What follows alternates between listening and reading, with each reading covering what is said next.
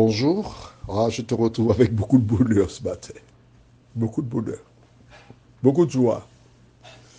Car je suis en train de regarder à une partie d'échecs et maths.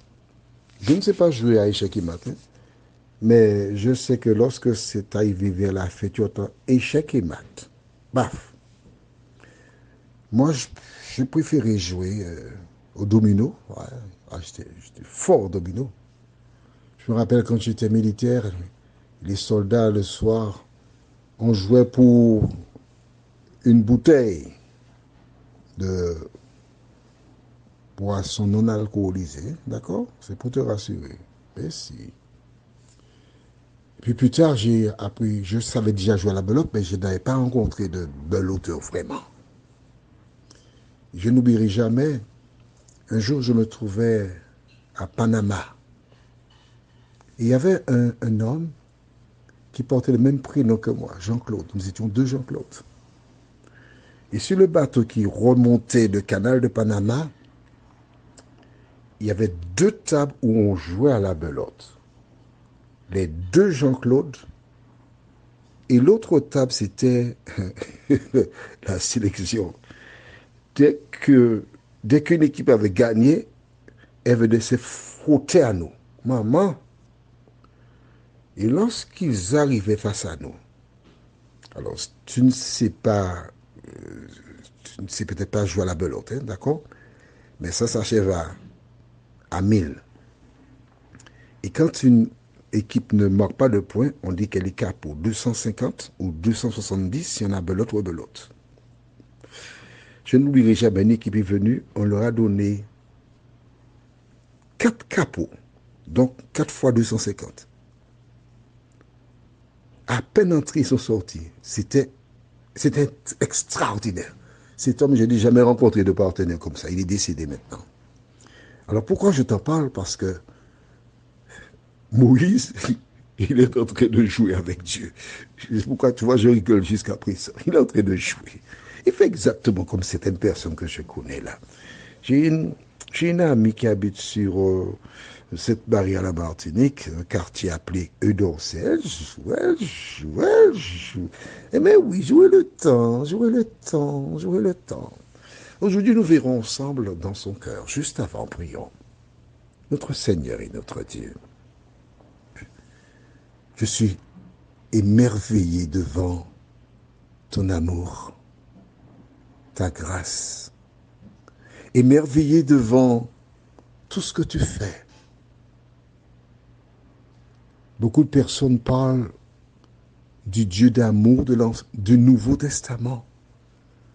Mais à travers cet échange avec Moïse, je vois vraiment que tu es un Dieu d'amour. Parce que tu désires sauver tes enfants. Cet esprit, de nous aider à tirer des leçons, non pas pour copier sur Moïse, mais faire le contraire. Suivre l'exemple de Saul de Tarse, qui sans hésiter s'est tourné vers l'Éternel. Merci de nous accompagner, Seigneur. Nous t'avons prié au nom de Jésus et pour ta gloire éternelle. Amen. Rappelle-toi. Tout est prêt. Dieu a fait sa démonstration. Alors, je te donne un autre exemple. C'est comme si Dieu a expliqué à quelqu'un 1 plus 3 égale 4. 2 plus 2 égale 4. 1 plus 1 plus 1 plus 1 égale 4. Il y a les trois exemples qui sont là, sur le tableau. Et maintenant, Dieu a dit, bon, d'accord, c'est bon. Maintenant, comment on obtient 4? Il l'élève de dire, on obtient 4 par 1 plus 1. C'est pas possible. J'ai utilisé toutes les métaphores pour qu'il comprenne. Il ne comprend pas. Qu'avait-il dit, Moïse? Verset 13. Ah, Seigneur, envoie qui tu voudras envoyer. Tu as besoin d'envoyer quelqu'un? Je n'ai rien contre, hein, aucune objection. Au contraire, je t'encourage. Envoie qui tu voudras envoyer, sauf moi. Verset 14. Alors la colère de l'Éternel s'enflamma contre Moïse et il dit, N'y a-t-il pas ton frère Aaron, le Lévite? Je sais qu'il parle facilement. Le voici lui-même qui vient au-devant de toi, et quand il te verra, il se réjouira dans son cœur. Chaque fois que Moïse présente une solution, Dieu propose une contre-solution. Qu'avait-il dit? Non, mon langage ne me permet pas d'aller parler devant Pharaon. Non, non, non, non. Je ne peux pas te représenter le Dieu d'Abraham, d'Isaac, de Jacob, le Dieu de mon père. Mais non, mais non, mais non. Je vais bégayer devant Pharaon, mais il dira, mais attends, c'est tout ce que Dieu a trouvé pour envoyer vers moi? Ah, mais non, Seigneur, mais non, non. Non. Allons réfléchir. On va chercher quelqu'un d'autre qui sera représentatif. Tu vois, parfois, il y a des personnes qui, dans des communautés, cherchent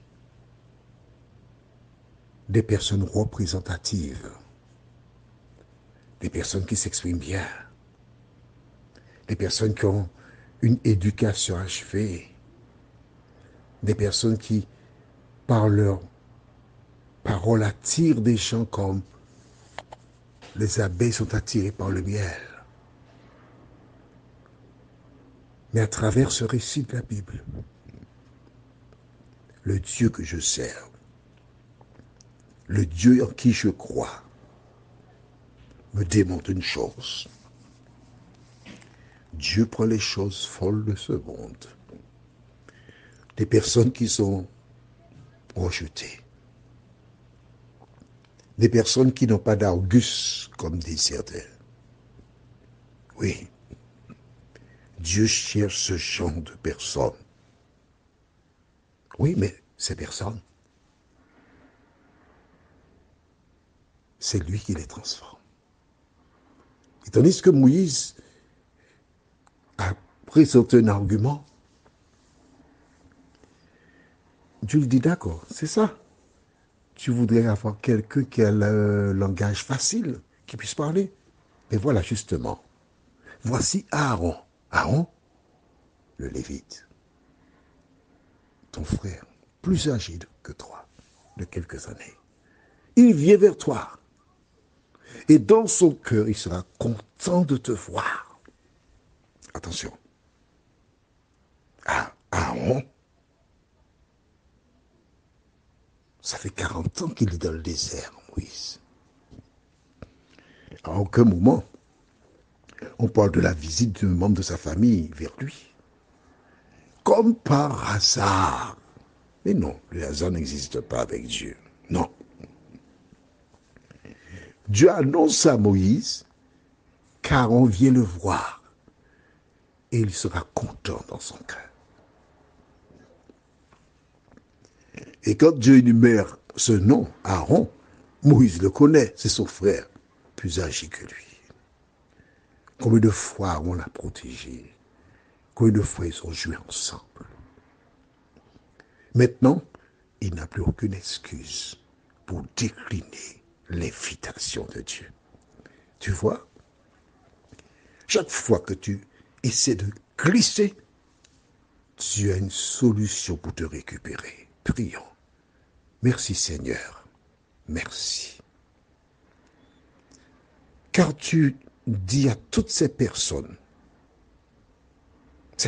qui tiennent tête, qui ne savent même pas pourquoi elles tiennent tête, mais qui doivent savoir à partir de maintenant que c'est l'ennemi qui veut qu'elles tiennent tête pour ne pas répondre à ton appel. Tu apportes une réponse positive, quelque chose pour les aider à changer de voie. Merci Seigneur pour ton amour.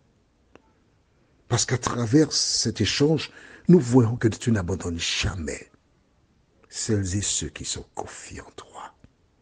Aide-nous, Dieu.